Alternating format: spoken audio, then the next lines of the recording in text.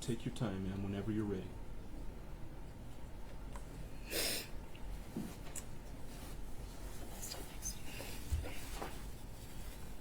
Tuesday, November 30th, 2021 is a day I will never forget. That day forever changed my life and my outlook on many things. It started out just like any other morning. Dropped my sister off at the high school. After I dropped my brother off at the doors at the middle school, then went to park at the middle school. I waited for my best friend because she was always late and we always walked together. As we walked, we went to the middle school for mentorship for the Bully Busters. As we walked in, everybody was already in the library, sitting in a circle, laughing really loud. We asked what was so funny because we were so lost. That's when Tate showed us his phone of giraffes fighting. He was laughing so hard. Soon after, we went and taught 6th graders our lesson. And then after that, I went back to Oxford High School and continued my day not knowing what I was walking into. Within 4 hours, I would be running for my life, fighting and praying to walk back out. It changed everything. I used to not be scared to go to school, the store, get my nails done, take my dog on a walk, go to the gym, just daily things I would normally do. But today, anywhere but home, I'm scared of the possible outcome. I'm scared of the outcomes that may happen. I'm always ready for something to happen. Growing up, I was always outgoing and down for whatever as long as we had fun, and now I feel like I'm restricted on what I can do because of the fear I developed after the incident. Kids should not have to fear going to school or have to worry about if they're going to make it home at the end of the day to their family or their family worrying about their children at school. This incident not only took a mental toll on myself, but everybody in the community. My little sister, who was 8 years old at the time of the shooting, can't go to school in person anymore because of her constant anxiety. How is that fair? Anytime I am out, I always scan the room for the nearest exit, and if the room doesn't have an exit, I typically don't go. I always watch everybody's body language, and after a while, that also has a toll on my mental health. I remember a couple nights after the shooting happened, I couldn't sleep in my room by myself because every little sound I heard felt like it was happening again. I had to go to therapy and learn to deal with anxiety and being okay even when I wasn't okay, and I still struggle with that today. When I go home for break from school, I'm excited to see my friends and family, but whenever I come back to Oxford, I can still remember everything. It's an instant reminder. To this day, I can still hear gunshots and sirens. It's even to the point when I see sirens, sometimes I have a full-on panic attack. Mental health is a big thing that shouldn't be looked past. Life shouldn't be like this for anybody, but especially kids or teenagers. School should be a safe spot to go and get our education, not to run from bullets or develop fear and constant anxiety. So, Judge, as we move forward, I pray this disgusting, filthy human being gets life without parole. Thank you all for listening to me. Thank you, and thank you for your strength and courage in speaking here in court this now afternoon. So thank you for being here. Thank you. You're welcome.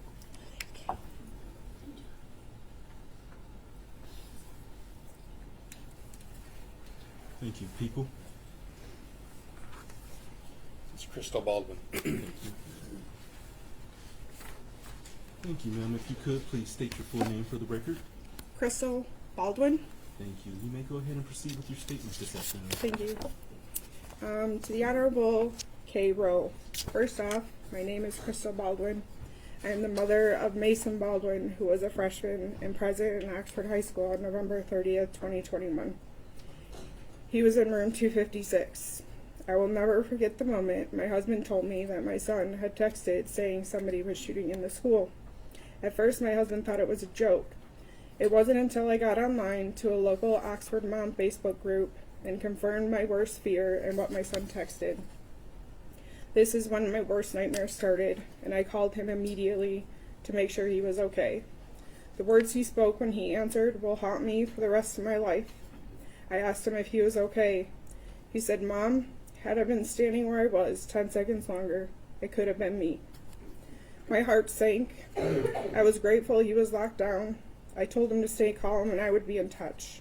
I had to get a hold of Madison. I texted her, no response. Called her, no answer. Called my son back to see if he knew where she was. He said he would try to get a hold of her. I told him her phone just rang and rang. He blamed it on her phone battery always being dead. I told him this was different, as the phone was ringing and not just going straight to voicemail. Madison is my niece and goddaughter, so making sure that she was okay was a priority for me. She and my son were finally in the same school. They rode to and from school every day, so I needed to make sure she was okay. The relationship they were forming was more of a brother-sister relationship rather than cousins. I had this growing up, and I love that they were able to experience this. A little backstory with Madison is I was in the hospital the day she was born. I witnessed her taking her first breath. She was not only my niece, goddaughter, but felt more like a daughter to me. The thought of anything happening to her made me sick to my stomach. It was not until hours later that we were informed of what happened to her. Once my son was finally evacuated from that school, it seemed like an eternity, but finally was able to hug him. I took him out of Meyer into the car with my husband. He told me that what the officers told him as they were leaving room 256, they said not to look down if he did not want to be traumatized, as there was a body outside the door. He said there was blood on his shoes. I could not visibly see it due to them being all black. I went back into Meyer as we were not leaving until we knew Madison was safe. We were all over that store just trying to get a clue. We were told to keep watching for the buses coming from the high school. Little did we know my son's bus was the last to arrive. However, once most of the store was clear, they called 3 families' names: Madison, Tate, and Hannah. We were led into a very small office as if we were sardines in a tin can. The officer just came right out to say, "We have news on the 3 students. They are deceased." In that moment, my whole world stopped. I heard the words and froze as if the world was spinning and I was standing still. Then came the cries and screaming from Madison's parents. The father of another student punched through the clock on the wall and continued to punch all the way down the wall until he was on the floor. I knew I was needed, so tried to comfort where I could, in disbelief that this was, in fact, a real-life nightmare. I had to then make phone calls to let people know, as we had so many people looking for Madison. Those were the worst phone calls I've ever had to make. My husband was in the parking lot, in my car. He just screamed and started punching the dashboard. That is how my kids found out that their cousin was killed that day. Both came into Meyer to confirm I was not lying. The look on their faces was just devastating. Walking slowly, faces red and tears streaming down their faces. I say all of this to paint a picture of the nightmare this 15-year-old caused on November 30th, 2021. I had a freshman, Mason, starting his high school journey, a time where he should be enjoying the last 4 years of school before becoming an adult, trying to decide what he wants to do with his life.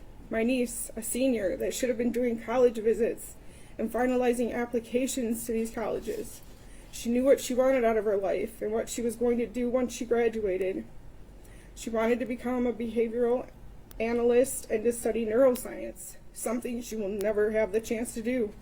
No child should ever have to experience losing a cousin, friend, or daughter ever. Now here we are, almost 2 years later, and still dealing with the effects of what this person did. Last school year, my son missed close to 60 days of school and was barely passing his classes.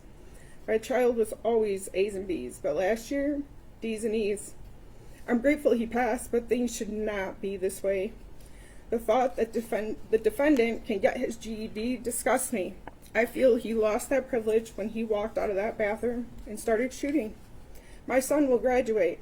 However, Madison never did. Matter of fact, I attended her graduation and witnessed her mother and father accept her diploma on her behalf. She should have walked that stage and accepted it herself. Her chair should have been her sitting there and not with a picture of her and a basket of flowers. Madison was one amazing human being. She is one that people should take after and aim to be like. She was artistic, funny, caring, compassionate, driven, and overall just great. She was a large piece of our family puzzle. Now that she is gone, our family is broken. There are no longer family get-togethers for Christmas, and very rarely for birthdays. There's a crater-sized hole in the family. The fact that she was killed 15 feet from the door my son was behind that day cuts me every time. I often think, what if? What if she would have ran and got behind door 256 with Mason? What if she ran out the doors to the outside that were mere feet from where she was found? Would the outcome have been different? Something we will never know. My son walked by a body that day, and I hoped for so long it was not Madison, since only her and Hannah were the only ones that died in that hallway that day. It was not until months later we found out it was not her, but in fact Hannah. Does not make the situation any less traumatic or sad, as no child, or anyone for that matter, should have to be subjected to seeing this. Months later, I found out the whole truth of what happened that day to Madison. She happened around the corner the same time the defendant emerged from the bathroom shooting. She ended up 15 feet roughly from where my son was. Had he been evacuated the opposite way, he would have walked past her and not known it.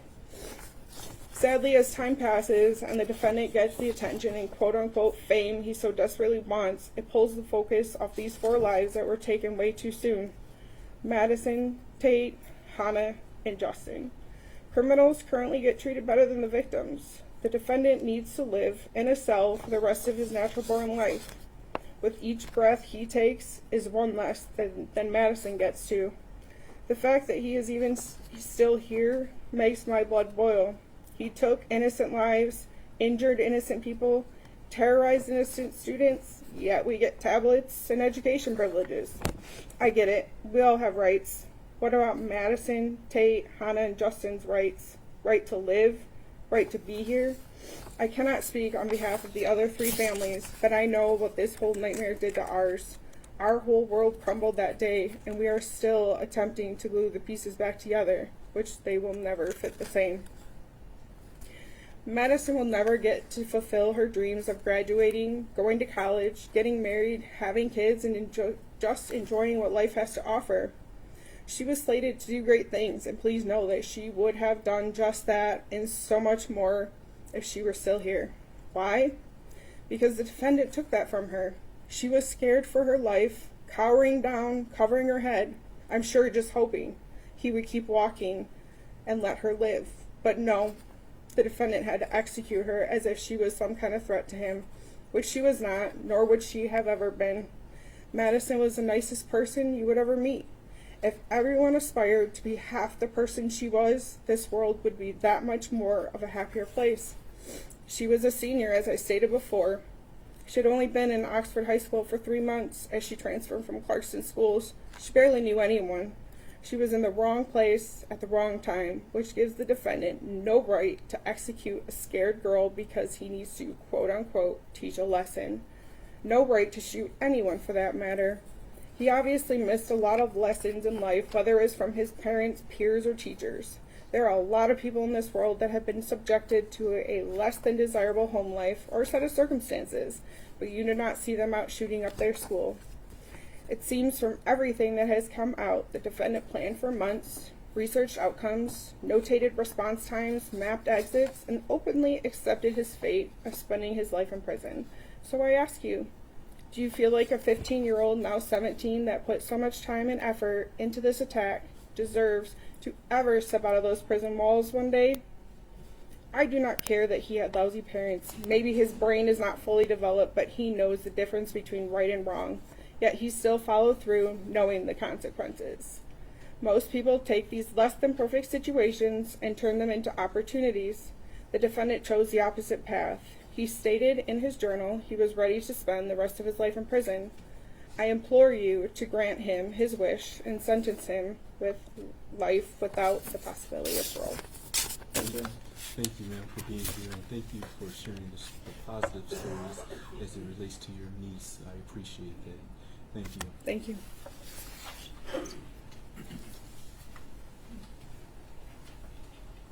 Thank you. People? Do we have a minor next? Thank you. If we could, please not record the minor or photograph the minor.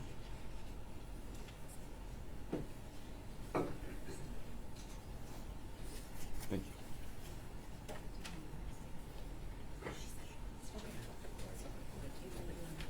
Thank you, and good morning. Because you're a minor, you do not have to say your name if you do not want to, but of course, if you wish to, you can go ahead and state your name. With that, you may go ahead with your statement this afternoon. My name is Avery Bluenstein. I'm a junior at Oxford High School. And today I want you to look at me. I have faith that the justice system will do its job and you will never see me in person. So today, I want you to look at me because it'll be the only chance you'll ever get to. As I stand here today, I'm 16 years old and I'm a junior at Oxford High School. I was 14 when you shot people right outside my classroom. As I think about it now, I can feel the adrenaline running through my veins. I was a freshman in room 256, my world history class. I sat on the floor of room 256, and there was no doubt in my mind. I was certain I was about to be murdered. More than thinking about myself, I thought about my sister, who I shared a room with. That night, she would come home to our shared room, and she would be alone. Would she get any sleep? Could she ever again?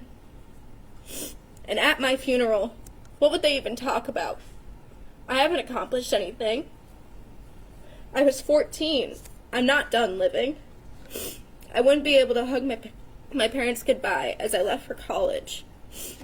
I thought I was never going to be able to get married because it was all about to end here in my history class. I hoped and prayed, please, when I get shot, don't let it be my face. My family wouldn't be able to handle it if I lost my face. Could my friends say goodbye if I didn't look like myself? November the 30th, 2021, I was given my very own life sentence. I was only 14. I am now sentenced to a lifetime of PTSD. I've spent hundreds of hours in therapy offices, and I've spent all my tears on this for so long. Whatever punishment the shooter gets, it will not be enough. Nothing could ever be enough. You took Hannah St. Juliana. She was so strong. She could have lived, but you stopped in your tracks and you shot her again. She didn't deserve it. My teachers, in the beginning of November, had made arrangements so I would sit with Hannah in my classes, because I was new to Oxford that year. My teachers looked through my schedule, and they looked for kids that I had a lot of classes with, and Hannah was on that list, and they knew her, and they knew that she was kind, so they told my teachers to set me with her. She was so talkative and friendly. Tate, Justin, and Madison didn't deserve it either. The only person who does is you, but much worse.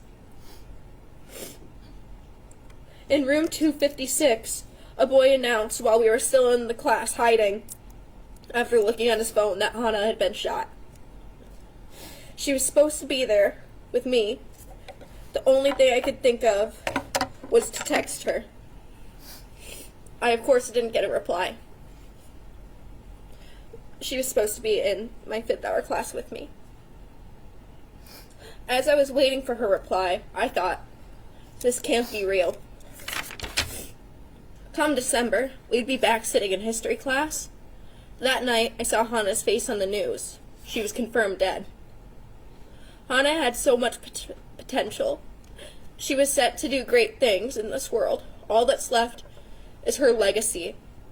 I used to have Hannah on the app Snapchat, and there's a feature on there where you can see where your friends are. It's called Snap Maps, and when you open up the program, it shows where your friends are. And I remember after I'd come home that day, I could still see her icon on the map, so I kept that hope that maybe she was fine. And even after, I would still see that whenever someone opened up her phone. I will never have an ounce of forgiveness for you. I will only learn to forgive myself, because I didn't deserve this. My community didn't deserve this. I still have faith in people. I still believe that most people are good. You didn't rob me of my kind heart, even though I'm sure you wanted to. I am 10 times stronger than you will ever be. You do not have any power over me. After today, I live my life, you will go behind bars, and I'll never have to see your face again. You are a waste of space. I'm not sorry to say that. You're not special. You don't have a divine right. You're just an insecure, weak, fragile, insecure boy who could not deal with his own problems. Your name will never be said. Now, the rest of us are left with the pieces, and I'm going to ask you one more time to please look at me. Thank you. Thank you, and thank you for being here and your courage to speak this afternoon. I Thank know you. it took a lot, so thank you. Thank you.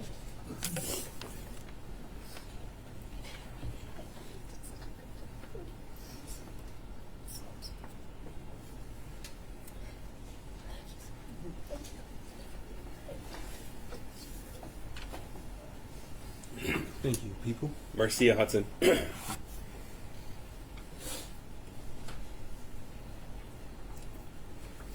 Thank you, and good afternoon, ma'am. If you could, please state your name for the record. Yes, that's Marcia Hudson. Thank you, and Ms. Hudson, you may go ahead with your statement. Good afternoon, Judge Rowe. I appreciate this opportunity to address the court. My name is Marcia Hudson, and I am the mother of 4 children, 2 of which were students at Oxford High School on November 30th, 2021. My daughter graduated from Oxford High School in June of 2022, and my son, a freshman during the 21-22 school year, is now a junior at Oxford High School.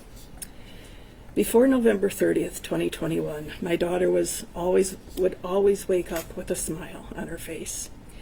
Cheerful, confident, optimistic, caring, and as reported by her teachers, often seen laughing with her friends, making TikTok videos in the hallway, and basking in the glow of what was starting off to be an amazing senior year. Life was finally getting back to normal, having just experienced a global pandemic, and her outlook was bright. Before November 30th, 2021, she loved attending football games with her friends, going to dances, playing soccer, planning events, and engaging in her studies. Life was good, as it should be when you are young and full of life. She was trusting of others, always ready to lend a helping hand, and was thrilled to be accepted into Miss Getz's mentoring class, for she truly cared about the well-being of everyone within the walls of Oxford High School. She wanted to make a difference for others. On the morning of November 30th, she joined Tate, Kylie, and the rest of the mentorship class to deliver their Bully Buster lessons at Oxford Middle School, serving as mentors and friends to these younger students. After the shooting, things have changed significantly for many of us, my daughter included. She still has trouble falling asleep and quite often awakens several times throughout the night. Loud sounds, sirens, and sudden movements cause an uncontrollable reaction in her. She involuntarily begins to shake. She drops to the ground, covering her head, and begins to cry. Like many of her friends and members of our community, she has been traumatized. She has been formally diagnosed with PTSD, anxiety, and depression by her medical doctors. It is important for me to note, however, that despite it all, she is making her way through and out, taking small steps forward, healing each and every day. The light is once again beginning to fill the dark spaces. This is happening, of course, because of her tremendous strength, the support she receives from her family and friends, but primarily it is through a lot of hard work she continues to do weekly with her therapist. Her father and I are tremendously proud of her. She is currently a pre-med major at Michigan State University, and despite everything she has endured and watched her friends endure, her faith in humanity is slowly returning. She is determined not to let the evil acts that she witnessed take anything more away from her.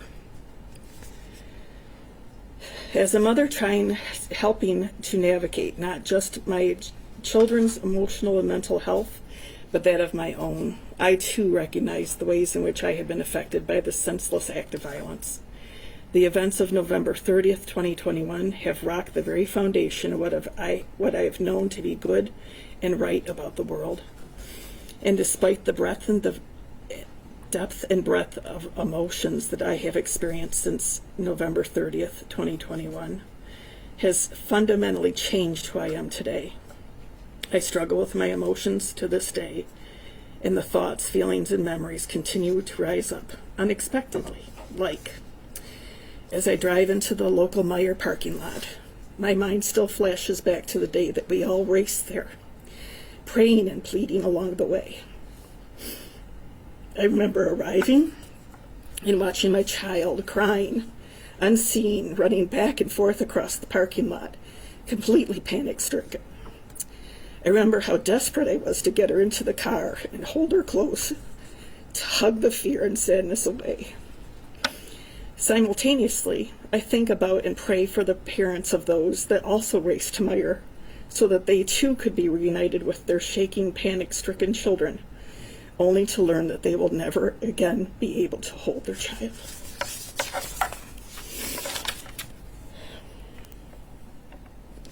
These emotions are triggered by memories.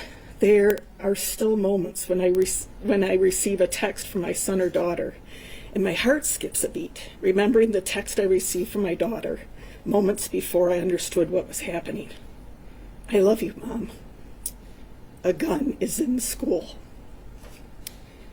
And later that day, when I had a number of children sitting in my TV room, shaking, crying, in a state of shock, one with his classmates' blood still on his shirt, watching the news reports, the increasingly disturbing tragedy unfolding before our eyes in my beloved town in real time. The looks on their faces as they realized which of their friends were wounded and were killed, how life as they knew it had changed forevermore. Memories of the yellow and blue ribbons, the Oxford Strong signs, the makeshift memorial at the high school, the prayer vigils, and the funerals. On November 30th, 2021, 4 beautiful people were taken from this earth and 7 others wounded through a senseless act of evil. I believe that the Oxford High School shooter should remain in jail for the remainder of his life and be sentenced to life without the chance of parole. The shooter, who craves notoriety, is not deserving to have his name included in my thoughts, and so I'm intentionally omitting his name from this written statement. I do, however, wish that his parents would have provided him with the love and care that he deserved and was begging for seemingly all his life. I will never mention the shooter's name ever again. Instead, I choose to take this opportunity to remember and honor our victims. Multi-talented Justin for his heroism, his wit, and wisdom. Madison for her ability to make the world more beautiful, not only by her presence, but by the amazing works of art that she created. Tate, our forever captain, Oxford's superhero. Through his legacy of leadership, our community's youth will emulate and strive to embody Tate's traits through their involvement in the incredible 42-strong Tate Muir Foundation. And Hannah, our beautiful flower, whose memory will be honored in many ways, especially through a garden that is currently being constructed in her honor. We will all care for Hannah's garden. We will visit and remember and bask in both its beauty and her memory. Their legacies, their beauty, their love of life, and the gifts they bestowed to others. We will remember you, Tate Muir, Hannah St. Juliana, Madison Baldwin, and Justin Schilling, forevermore. Love wins. Thank you for your statements this afternoon, Mel.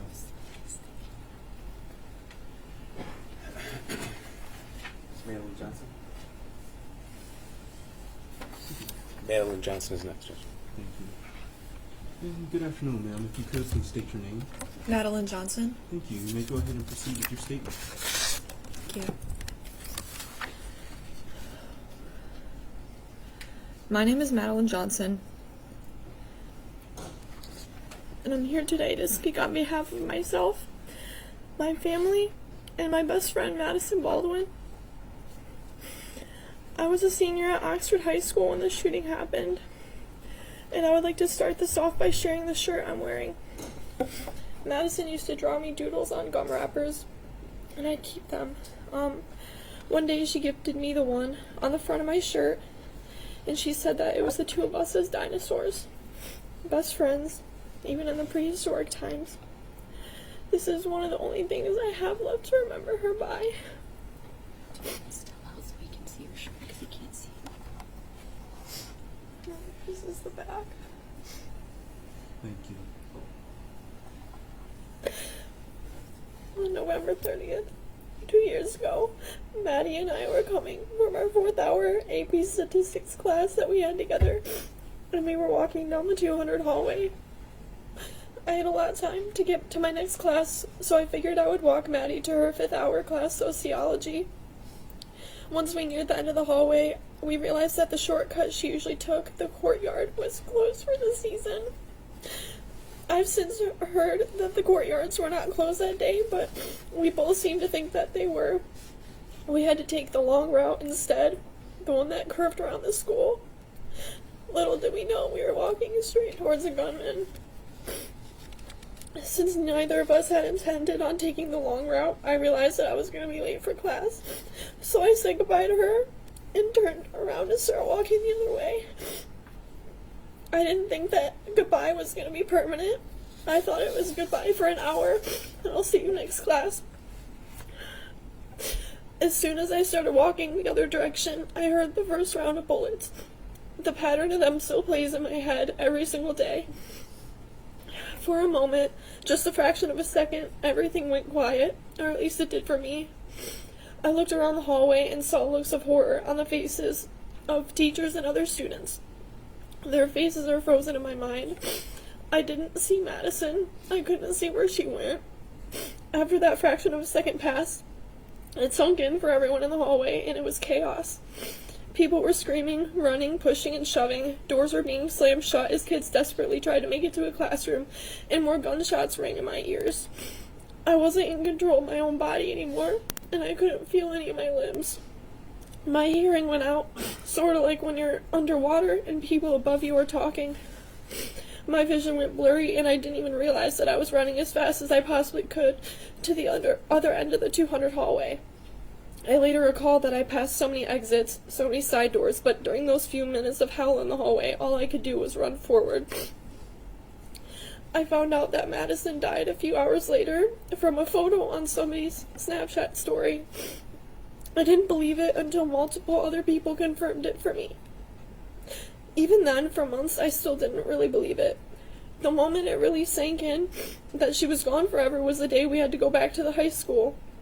I sat in my ceramics class, our favorite class, and I watched as students poured through the door, and I waited for her to come sit at her seat right next to me, and I waited and waited, and I finally realized that she was never coming.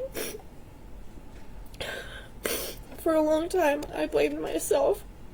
I should have continued to walk her to class because then maybe things would be different. I blamed those stupid courtyard doors for being locked on us, because if we'd taken the shortcut, she would still be here. But now I realize where the blame truly lies, and it lies with that monster sitting over there who can't even look at me. My life has been nothing short of a complete and total mess for the past 2 years. I can't trust anybody anymore. I don't make friends. I can barely keep my current friends because I can't let anyone get close to me anymore. I can hardly attend my college classes. I can't go into rooms that only have one door. I can barely go to concerts, malls, and other crowded places. I can't fall asleep without waking up in a panic from nightmares, and the only place I truly feel safe is my bedroom. I used to be a nicer person. I used to be fearless. I used to be a good friend, but I can't be any of those things anymore because the only thing that is ever on my mind are those gunshots, playing over and over again on a loop. I don't enjoy things anymore, but all these combined are not even nearly as painful as it is to live without my best friend. I want the person who did this to know that Madison would have been your friend. I want you to know that she would have treated you with nothing but kindness had you not killed her. I'm not sure how much emotion you're capable of feeling, but I hope you regret it. And I hope it eats away at you. And I hope you feel even a fraction of the loneliness that I felt over these last 2 years. But I can't leave this courtroom today thinking that you won, and I can't let you think that either. You turned your pain into hatred, and I turned mine into love. That right there is one of the many differences between you and I. You were never going to know what it's like to have a friend who would do anything for you, and you'll never know what it's like to be happy. You took 4 lives. You took Madison's life, but you didn't, and you never will take away who she was. She knew joy, she knew love, she knew laughter, happiness, and friendship. She had such a rich life, and she truly lived it.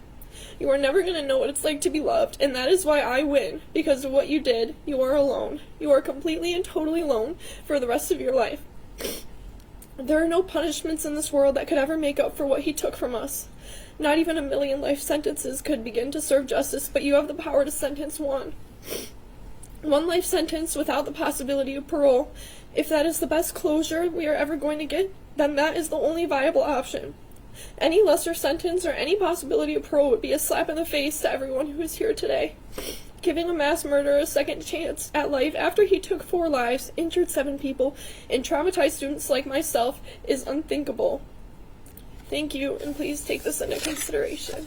Thank you for